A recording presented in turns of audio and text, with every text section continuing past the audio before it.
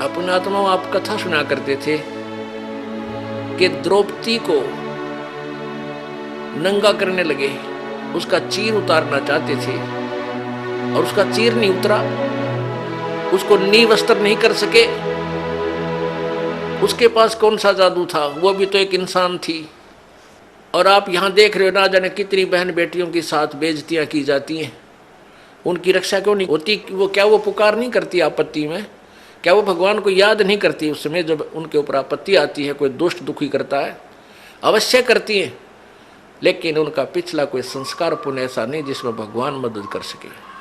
तो ये दुर्गति नकली संतों ने करवा रखी है हमारी, जो जिनके पास भक्ति मार्ग था नहीं, संत बन बैठे, उनके आधार पर ये भोली आत्मा उनको संत परम संत जान के वहां अपना जीवन बर्बाद करके भूत प्रेत बन गए, कोई गधा बन गया।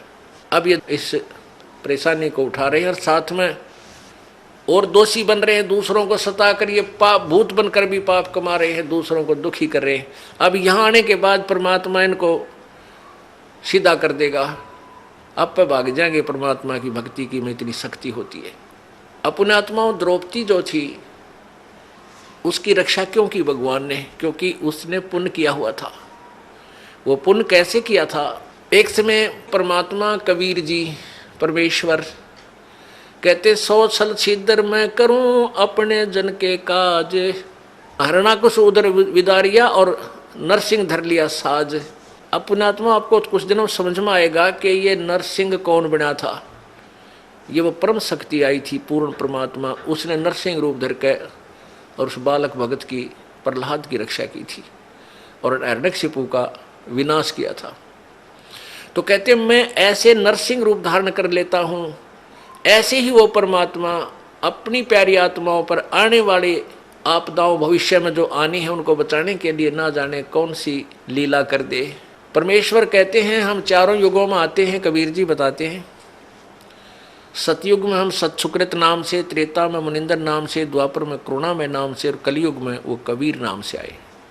और उसके बीच में भी वो परमात्मा अन्य रूप बना करके कुछ समय कहीं रह करके लीला कर जाते हैं। ऐसे ही वो परमेश्वर, अब हम यहाँ आपको उसी दृष्टिकोण से बताएंगे। परमेश्वर एक संत की लीला कर रहे थे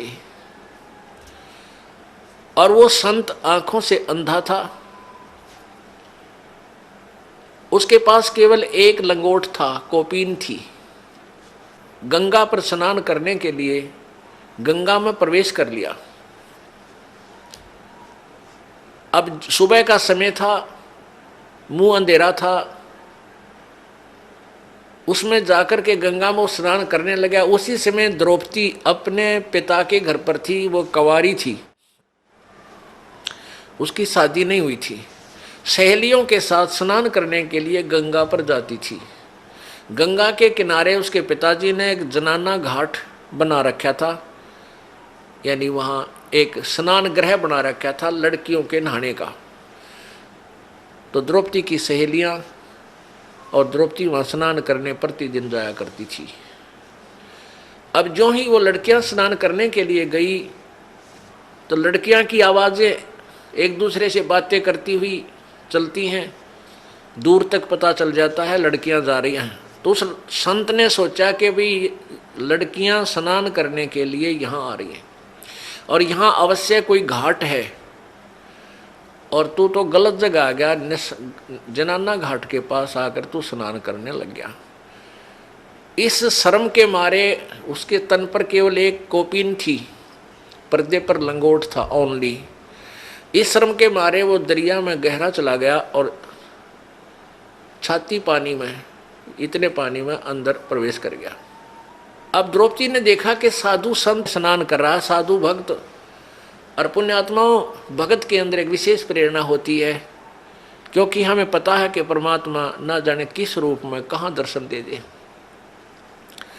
तो पुण्यात्मा के अंदर संत की वेशभूषा में परमात्मा दिखाई दे जाता है। वो सोच लेता है साधु है, भक्त है, भगवान की चर्चा करता है, इसके पास बैठ कर कुछ देर भगवान की चर्चा करेंगे। तो द्रौपदी ने इस दृष्टिकोण से देखा कि साधु मिल गया सुबह सुबह और इससे भगवान की चर्चा करेंगी।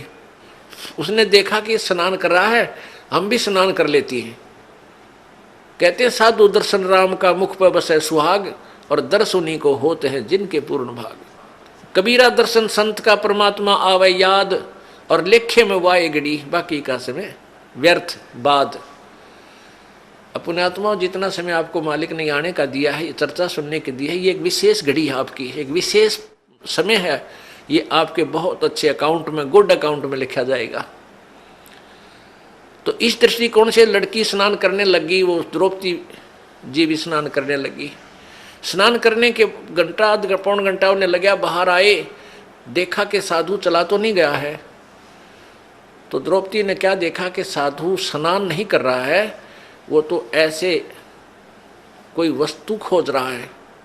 फिर उसने देखा ध्यान से कि इस महात्मा की तो बाहर पटड़ी पर कोई वस्त्र नहीं है, और लगता है इसकी कोपिन पर्दे का कपड़ा इसका बह गया। तो क्या हुआ, उस संत का स्नान करते समय जो उसने एक धागा तागड़ी बांध लेते हैं, बेल्ट की तरह एक छोटा सा धागा बांधा करते हैं पतला सा, उसने यहाँ हरियाणा में तागड़ी बोले, एक बेल्ट टाइप, और उसमें लंगोट उलझा लिया करते वो ऊपर आगे पीछे, और वो तागड़ी टूट गई, वो कोपीन भी बह गई, निवस्त्र हो गया संत। अब वो पहले इतने जल में था तो फिर इतने पानी में चला गया और हाथ मार रहा है कि हो सकता है ये लड़कियां नहावें, कोई इनका कपड़ा बह का आ जावे, अपना पर्दे पर बांध के मैं बाहर चला जाऊं, आज तो बड़ी मुश्किल हुई। अब वो सोच रहा था, ऐसा हाथ मार रहा था कि शायद कोई हाथ लग जावे, ऐसे ऐसे कर रहा था। अब लड़की ने देखा कि ये नहा नहीं रहा है, तो क्या बात है, ऐसे ऐसे हाथ कर रहा है, ऐसे ऐसे। तो देख लिया आपने विचार करके कि इसका तो कोई कपड़ा निवस्त्र है ये, और कपड़ा इसका खो गया। तो लड़की ने, द्रौपदी ने अपनी साड़ी, एक तो स्नान करने बांध के गई थी वो उसमें से नहीं दिया, उसने जो नई धोती धोई धाई कपड़ा था उसका, जो बांधना था उस दिन, पहनना था ना कर, उसमें से एक गठ, एक बिलात यानी 9 इंच 8-9 इंच कपड़ा पाड़ा और जल में बहा दिया। उसने सोचा ये जल में बहता हुआ महात्मा के हाथ लग जाएगा और ये उसमें बांध के अपना चला जाएगा, बाहर आ जाएगा। तो महात्मा के हाथ नहीं लगा, संत के हाथ नहीं लगा। उसने फिर दूसरा कपड़ा पाड़ कर डाला, फिर तीसरी ऐसे ही एक स्ट्रिप सी पाड़ी, टुकड़ा पाड़ा कपड़े का साड़ी से, फिर डाला। ऐसे 8-9 लीर, उसका लीर बोलते हैं यहाँ हरियाणा में, लीर यानी एक टुकड़ा, लंबी कतरन सी, वो 8-9 पाड़ कर डाल दी। 8 यानी 8 नीम 72 यानी 5-6 फुट के करीब कपड़ा डाल दिया, महात्मा का हाथ लग गया। अब लड़की ने सोचा भाई साड़ी भी तकरीबन पाड़ डाली है, इसका काम आया को ना। वो न्यों सोचा थी कि कहीं मैं बोल पड़ी और निकट जाऊंगी, महात्मा शर्मा जागा, शर्म का मारा कहीं आगे को ना सरक जा, दरिया का बहाव बहुत ज्यादा है, कहीं डूब ना जा। फिर उसने सोची तो मुंह तो नहीं बोलूंगी नहीं। एक लंबी लकड़ी ले ली, जंगल से लंबी लकड़ी लाई ढूंढ गए, और उसके एक लीर और पाड़ी, एक टुकड़ा और फाड़ा 8-9 इंच का, और उस लकड़ी का लपेटा दे के, और महात्मा ऐसे हाथ मार रहा था, उसके हाथ के निकट कर दी। जो ही उसके हाथ लगा लड़की और महात्मा का, संत का, एकदम उसने पकड़ा, देखा, अको हो तो बड़ा साइज का कपड़ा मिला है। ओहो हे भगवान, हे परमात्मा, जब आशीर्वाद दिया कि हे प्रभु आपने बड़ी दया करी अपने दास पे, और फिर हिसाब लाकर देखा कि ये कोई कपड़ा वैसे नहीं आया, ये किसी बेटी ने, क्योंकि अंधे के हाथ आंखों का काम करते हैं, उसने सब हिसाब देख लिया, ये साड़ी का कपड़ा है और किसी बहन बेटी ने डाला है। तो आशीर्वाद दिया कि बेटी आज तने मेरी इज्जत राखी है, भगवान तेरी इज्जत रखा है और भगवान तने घणाए दे। अब कहते हैं संत बोले सहज स्वभाव और जो चाहे सो कर दे। सात वचन पलटे नहीं चे पलट जाओ ब्रह्मंड। अब उस आशीर्वाद दिया, हृदय से दिया। अपना आत्मा यहाँ देखो खेल भगत कैसा होता है। लोभ करे तो ऐसा करे, लालच करे तो ऐसा करे। ये नकली लालच नहीं करे, किसी का जो है ना मिलावट कर दी, किसी का घाट तोल दिया, किसी का कुछ गड़बड़ कर दी, ये लालच माड़े हैं, ये गलत होते हैं। लोभ करे लालच करे तो ये करे कि वहाँ लड़की ने देखो द्रौपदी राजा की लड़की थी और नौकरानियाँ और सहेली छोटे घरों की होती थी, न जाने कितनी उनके साथ थी। और वो एक बांदी को कहती कि तू अपनी साड़ी में तो फाड़ के टुकड़ा डाल दे, तो वो तुरंत डाल देती। पता था कि राजा की लड़की मुझे इससे भी सुंदर साड़ी लाकर नई दे देगी, और राजा की लड़की का आदेश मोड़े कौन नहीं, उसको उल्लंघन नहीं हो सकता। लेकिन वहाँ उसने देखा कि यदि मैं अपनी साड़ी आज मैं दान करूँगी मुझे मिलेगा, और बांदी करेगी तो बांदी को मिलेगा। इतनी गलती मैं क्यों करूँ, अपनी मजदूरी इसको दूँ। तो यहाँ भगत को इस दृष्टिकोण से भी बहुत सोचना होता है। अपना लालच लोभ अब इस टाइप का करे, यहाँ के धन जोड़ने का लोभ आपका विनाशक होता है, और लूटने का नहीं करे, लूटने का करे परमात्मा के नाम पे। फिर देखना अब वहाँ तो वो अपने घर चलेगी, संत चले गए, द्रौपदी का ब्याह हो गया। विवाह होने के बाद फिर राजा युधिष्ठिर ने एक महल बनाया शिष्य का। द्रौपदी पांचों पांडवों की साजली पत्नी मां के आशीर्वाद से होगी। उधर से दुर्योधन जो था वो धृतराष्ट्र का पुत्र था, और युधिष्ठिर अर्जुन हर का चचेरा भाई था, यानी ताऊ का लड़के थे। अब धृतराष्ट्र अंधा था, पांडव उनका पिता जो था युधिष्ठिर का वो अंधा नहीं था, तो उसको बड़े भाई को वैसे राज, बड़े बेटे को राज मिलता है, धृतराष्ट्र को राज नहीं मिला था इस कारण से, अंधा होने के कारण। इसलिए युधिष्ठिर के पिताजी को राज्य प्राप्त हुआ था। उधर से दुर्योधन ईर्षा रखता था कि ये राज हमें क्यों नहीं मिला। उधर क्या हुआ कि जब इन पांडवों ने अर्जुन होर ने एक महल बनाया शीशे का, काफी शीशा लगा हुआ था अधिकतर उसमें, आर पार पारदर्शक। और एक दिन दुर्योधन उसमें चला गया महल में, द्रौपदी वहां पर थी। उसने देखा कि दुर्योधन की टक्कर लगी, शीशा दिखा को नहीं, टक्कर लगी तो एकदम वो ऐसे गिरता हुआ मुश्किल से बचा। और द्रौपदी ने हंस के मजाक करते हैं जैसे अपने छोटे पति के छोटे भाई से यानी देवर से मजाक कर दिया, कहा कि अंधों की संतान अंधी ही होती है। अब उसने कहा था एक हंसी मजाक में, और वो मान गया दुख गणा। इस बात को सुनकर उसकी तनमन में आग लग गई और उसका प्रतिशोध लेने की सोचने लग गया। तो क्या किया उन्होंने, जुए में युधिष्ठिर को खिलाया और जुए में सारा राज भी जीत लिया, और द्रौपदी को भी दांव पर लगा दिया युधिष्ठिर ने, और द्रौपदी भी जीत ली। अपने आत्माओं आम जिन के गुण गावें, इस महाभारत ने पढ़ कर हम राजी हुआ करते, प्रसन्न होते थे, हमें कोई पुण्य मिलेगा। इनकी कहानी पढ़ कर देखा तो हे भगवान बता, ऐसा भी कोई निकम्मा होगा अपनी पत्नी ने जुए पर ला दे। इनके सारे इतिहास इतने बेकार, और हम इन न पढ़ा करते, इनसे हम क्या शिक्षा लेते। आगे देखना क्या होगा इनका, इस कथा के अंदर आपको बहुत निष्कर्ष मिलेगा। अब उधर से एक नौकरानी भागी आई दौड़ी दौड़ी।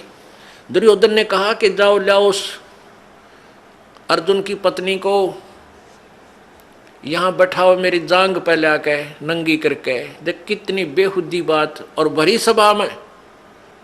अब ये बात सुनकर वह नौकरानी भागी आई किसके पास, द्रौपदी के पास, और कहा द्रौपदी आज तो बात बिगड़ गई। आपको जुए में जीत लिया कौरवों ने और आपको वहां पर नंगा करेंगे। दुर्योधन कह रहा है कि उसने मुझे अंधे की संतान कहा था और हम अंधे की संतान हैं, हमें कुछ दिखाई नहीं देता, वो उसको शर्म क्या आएगी, उसको नंगा करो मेरे सामने, हम तो अंधे हैं।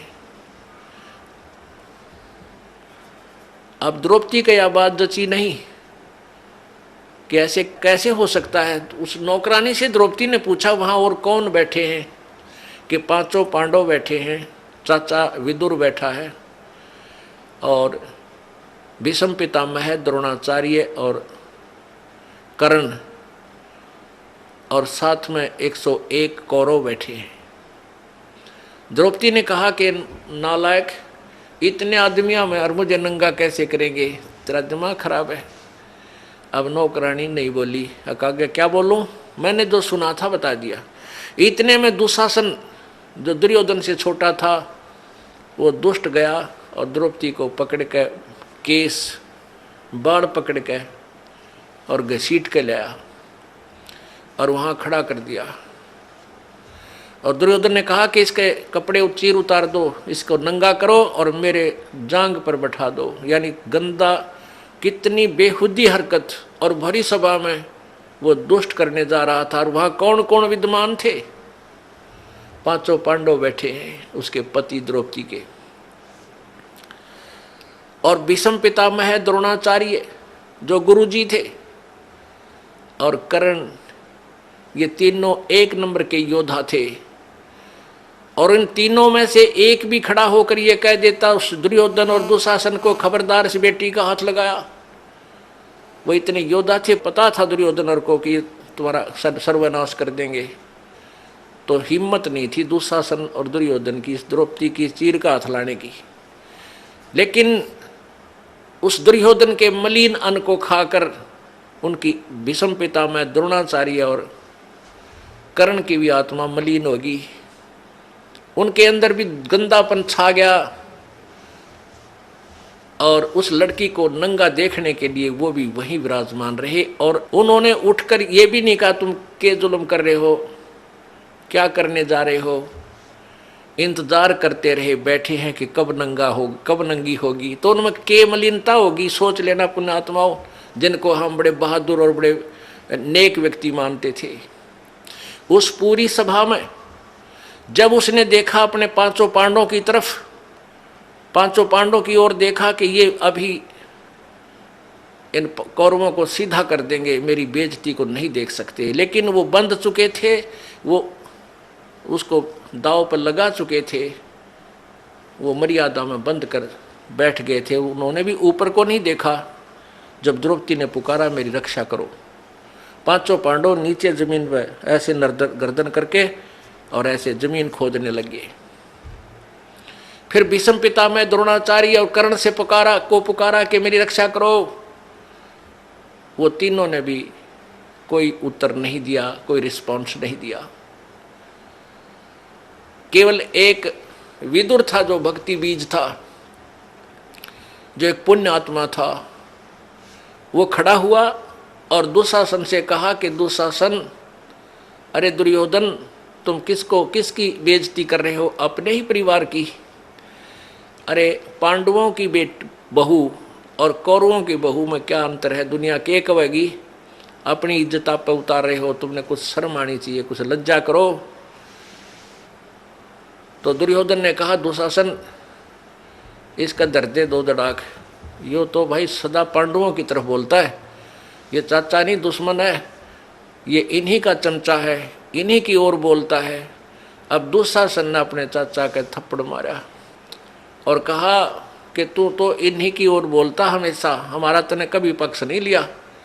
तो विदुर जी वहाँ से उठकर चल पड़े। पुण्यात्माओं, जो भगवान से डरने वाले इंसान होते हैं वो न तो अत्याचार देख सकते हैं और ना सहन कर सकते हैं। अब उसने देखा कि यहाँ तेरी बात नहीं चली, कहनी थी वह कह दी। पंचायत में जो पुण्यात्मा भगवान से डरने वाले हों, उन पंचायतियों ने स्पष्ट बात कह देनी चाहिए, इसको मानना चाहिए मत मानना, नहीं तो वो दोषी हो जाते हैं। तो विदुर ने अपने जो कहना था वो कह दिया कि ये गलत कर रहे हो, तुमने ऐसा नहीं करना चाहिए। तो उसमें विदुर को उन्होंने थप्पड़ मार दिया, लज्जित किया, विदुर उठकर चला गया। अब क्या बताते हैं, विदुर कहे ये बंधु थारा, एक कुल एक परिवारा। विदुर के मुख पर लगा थपेड़ा, तू तो है पांडवों का चेहरा, तू तो है बांदी का जाया। भीष्म द्रोण और कर्ण मुस्काया। अपने आत्मा इनके इतिहास देखना, जिनको हम बड़े महान आत्मा समझ कहा करते, भीष्म दादा भीष्म।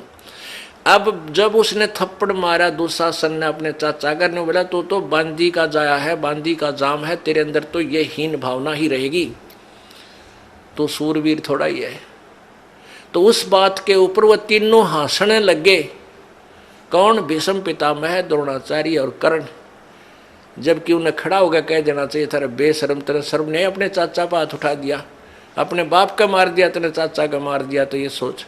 लेकिन वहाँ दांदरे का डर लाए गए, दायतरे का है, और उन्हें धमकाना चाहिए था अपने उस बच्चे को। तो पुण्यात्मा, इस काल के जाल को ऐसे समझा जाएगा। अब वो तीनों हंसने लगे।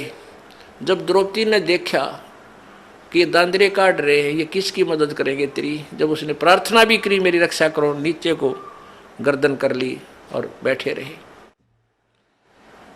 अगर भीष्म पितामह, द्रोणाचार्य, कर्ण के मन में दोष नहीं होता, उठकर चले जाते।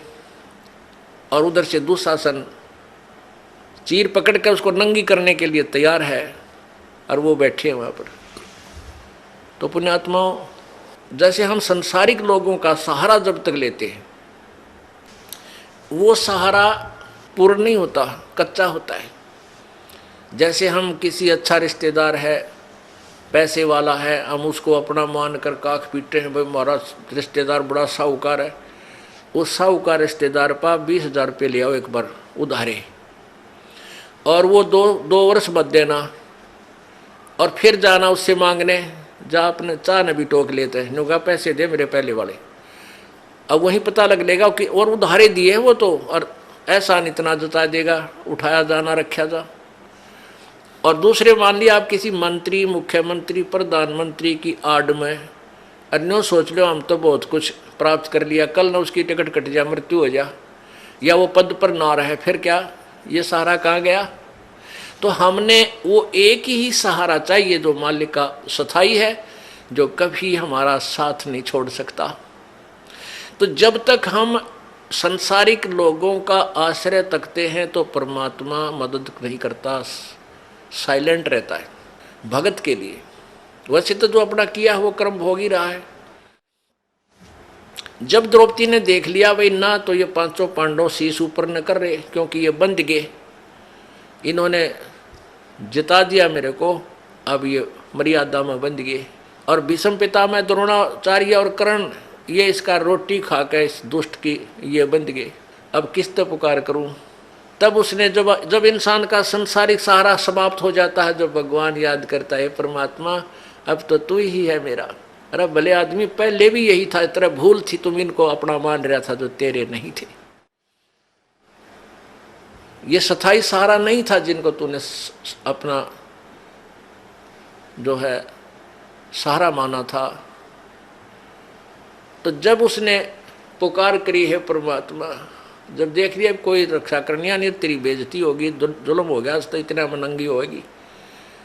अब बेटी ने यह सबसे बड़ी चिंता होती है, सबसे बड़ा दुख है इसकी जीवन का। तो एकदम उसने हृदय से पुकारा, आत्मा रोई। पुण्यात्मा रोते सभी हैं आपत्ति में, लेकिन क्या होता है कि यहाँ आत्मा की पुकार परमात्मा पूर्ण ब्रह्म सुनता है, मन की बकवाद नहीं सुनता। मन तो पता नहीं क्या क्या मांगे, कदे गाड़ी मांगे, कदे कार, कदे रेल मांग ले, इसका नहीं मेरा के मांगे। और आत्मा मांगेगी आपत्ति में खास चीज जो जरूरत होगी उसकी, तो आत्मा के साथ देता है। तो जो ही उसकी आत्मा की पुकार, और यहाँ एक धर्मराज बना रखा है इस ज्योति निरंजन ने, और उस धर्मराज के पास न्यायाधीश के उसमें कंप्यूटर में यानी सबके पुण्य डिपॉजिट होते हैं, जिसका जैसा पुण्य बना है शुभ कर्म। तो जो ही उस भक्त आत्मा ने पुकार की, तो उसी समय द्रौपदी की जो पुकार थी वो धर्मराज के दरबार में गई और वहाँ एकदम वही कंप्यूटर की वो फाइल खुल गई द्रौपदी वाले प्राणी की, जीव की। तो धर्मराज ने देखा भाई आपत्ति आई है इस आत्मा पर देखो इसका कोई मदद बन सकती है कि नहीं। उसने जो ही उस कंप्यूटर में देखा तो एक संत, परम संत को इसने बगैर किसी डिमांड के, नी इच्छा के एक इम्पोर्टेंट दान कर रखा है, पूरी साड़ी की साड़ी दान कर रखी है। और संत ने उसके प्रतिफल में एक आशीर्वाद दिया है और इसके प्रतिफल में मैं इसका खूब मदद कर सकता हूं। तो वहां से वो बटन ऑन कर देता है। तो क्या होता है कि यहाँ पांचों पांडवों के जो आध्यात्मिक गुरु थे वह श्री कृष्ण जी थे। पुण्यात्माओं, जैसे भी जिस भी इष्ट की जिसने भक्ति करनी है उसका गुरु अवश्य होना चाहिए, तभी उसको कुछ राहत ईश्वरीय एक्स्ट्रा ऐड मिलती है।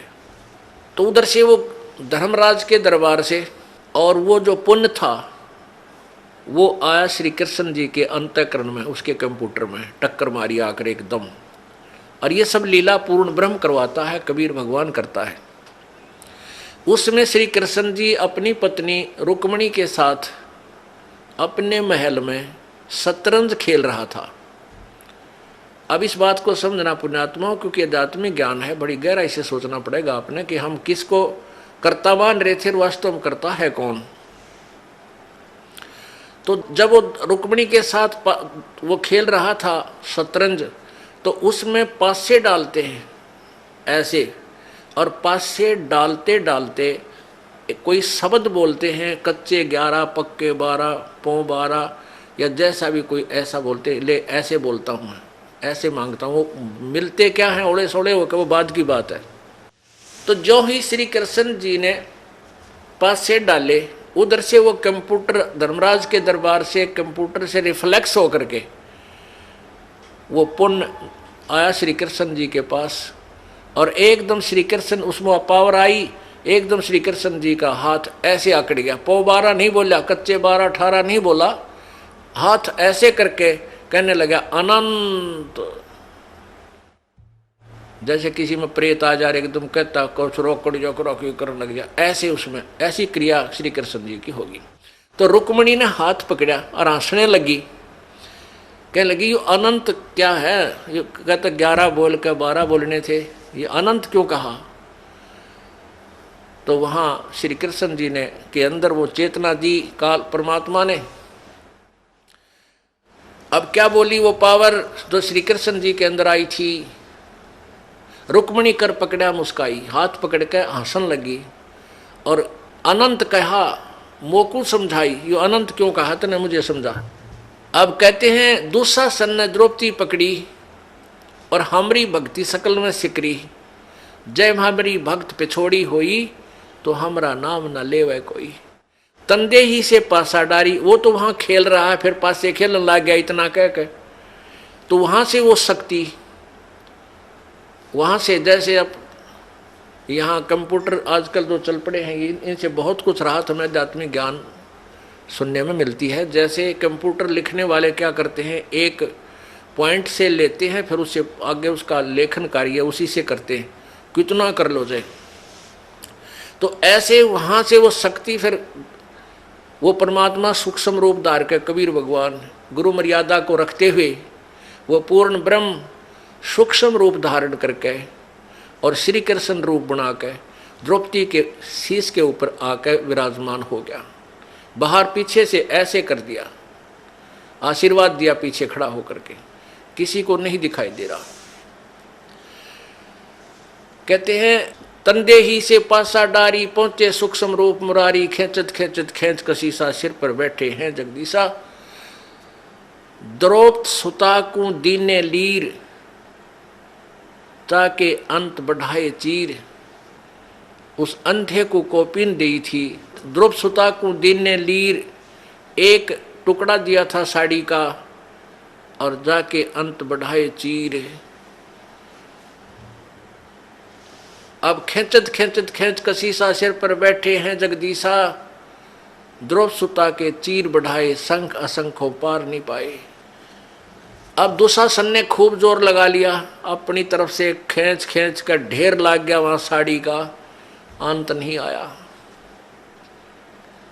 दुशासन इतना तगड़ा बताते हैं कि कई हजार हाथियों की ताकत, इतना जैसे आजकल हॉर्स पावर से बिजली की ताकत नापते हैं ना, उसमें आदमियों की ताकत एलिफेंट पावर से नापा करते हैं। तो 1000 एलिफेंट पावर का था वो दुशासन। और द्रौपदी एक कोमल सी बेटी, भक्ति की शक्ति के सामने वो राक्षस फीका पड़ गया। उस कोमल कमल के फूल जैसी उस लड़की का वो पत्ता भी नहीं तोड़ सका, यानी उसका कुछ नहीं बिगाड़ सका। तो जिन्होंने प्रभु का आश्रय लिया है विधिवत, तो उनको कहते हैं देते को हर देत है। जहां तहां से आन और ना दिया वह मांगते फ्री हो, फिर परमात्मा सुने नहीं कहा। तो पुण्यात्माओं, अब जैसा भी आप पुण्य धर्म करते हो वो आपके गुड अकाउंट में लिखा जाता है। जब तक आप परम संत पूर्ण परमात्मा की शरण में नहीं आते, तब तक आपके जो पुण्य डिपॉजिट भी होते हैं वो भी काल यहीं बर्बाद करवा देता है। आज जैसे द्रौपदी के ऊपर यह तो आपत्ति टल गई और फिर केवरानवटी हुई, हिमालय में जाकर गड़ गए, राज्य भी गया, कुछ नहीं रहा, फिर नरक में डाल दिए गए। अब हमने यहां केवल इतना ही लेना है कि आप यहां परमात्मा के चरणों में आए हो, आपका प्रथम उद्देश्य ये हो कि मेरा जन्म मृत्यु का रोग कटे, क्योंकि आप जी ने असंख्य जन्म हो गए यहाँ जन्मते और मरते को। कभी राजा भी रहे, कभी आप रानी भी रहे, और फिर भिखारी बनकर भी घूमते रहे। अब कहीं पर भी आपको स्थायी स्थान नहीं मिला। जैसे आपने पुण्य किए तो आप स्वर्ग चले गए। स्वर्ग क्या है? ये एक होटल है, एक रेस्टोरेंट है। जैसे कुल्लू और मनाली, शिमला, गर्मियों के दिनों में साहूकार लोग 10-20 हज़ार 50 हज़ार रुपये ले जाते हैं और 1 महीना 2 महीने वहाँ होटल में कमरा किराए पर लेकर और वहाँ रहते हैं, ठाठ करते हैं, घूमते हैं, फिरते हैं। बड़ी ठंडा मौसम होता है, हिली स्टेशन है और लेकिन वो पैसे जेब से उन्हीं के लग रहे हैं, होटल का किराया, खाने का खर्चा। जब वो 2 महीना वो 50 हज़ार रुपये खर्च हो जाते हैं परिवार के, तो फिर वो अपने कर्म क्षेत्र में आ जाते हैं कंगाल होकर। और फिर अगले सीजन में क्या पता सूत बैठे 50 हज़ार सेविंग हो उनका ना हो। तो इस प्रकार जब आप यहाँ कोई साधना करते हो, जब तक ये सच साधना आपको नहीं मिली, अपने पुण्य के आधार से स्वर्ग चले गए। उस स्वर्ग में आपको देव बना दिया, देवता, या कोई और पद दे दिया, या वैसे कॉमन स्वर्ग में आप ठाठ करो, लेकिन वो पुण्य आपके ही समाप्त हो रहे हैं। जिस दिन आपकी पुण्य पूंजी समाप्त हो जाएगी, उसी दिन आपको वहाँ से, जैसे यहाँ से मार दिया जाता है, वहाँ भी आपको मार दिया जाएगा। अचानक मृत्यु होगी, तुरंत नरक में, फिर नरक में डाले जाओगे। तो इस झंझट से पीछा छुटवाने के लिए आपको ये परमेश्वर कबीर जी की शरण लेनी पड़ेगी। और इन नकली कबीर पंथियों संतों से भी आपका काम नहीं चलेगा, क्योंकि उनके पास यथार्थ भक्ति विधि नहीं है, परमात्मा का यथार्थ ज्ञान नहीं है। तो पूर्ण संत से, और जिसके पास वो मोक्ष जड़ी हो, वो मंत्र है सतनाम और सारनाम, वही आपको इस जन्म और मृत्यु के झंझट से छुटा सकता है। तो वो जड़ी इस दास को परमात्मा ने दे रखी है। आप अब शिक्षित समाज है, पढ़ा लिखा एजुकेटेड जो है ना पूरा समाज हो गया है, बहन बेटी भाई। अब आप इस तत्व ज्ञान को जो दास आपको बताता है, जो परमेश्वर ने इस दास को बताया है, सदग्रंथों में विद्यमान है, इसकी तुलना करो आपके गुरुजियों के ज्ञान से, और फिर देखो वो अधूरे हैं या पूरे। टोटली इनकम्प्लीट पाओगे आपको, सारे नकली कति टोटली पूरे पृथ्वी पे। आप इस बात को अभिमान मत समझना, इसको तत्व ज्ञान समझना, ये सच्चाई समझना। अभिमान नहीं करता ये दास, क्योंकि अभिमान तो वो इंसान करे जिसका कुछ अपना अपना कोई योगदान हो। ये तो परमेश्वर कबीर जी का दिया हुआ ज्ञान है, दास को उन्होंने बुद्धि दे दी और आपको बता रहा हूं समझा के, इतना ही मेरा योगदान है। तो किसी के पास भी पृथ्वी पे आज मोक्ष मार्ग नहीं है, वो केवल इस दास के पास है। और आप भी इसको ग्रहण करो और अपने जो भी आपका साथी है, बहन भाई है, मित्र है, रिश्तेदार है, उनको भी समझाओ और ये नाम उनको दिलाओ, कल्याण करवाओ। बोलो सतगुरुदेव।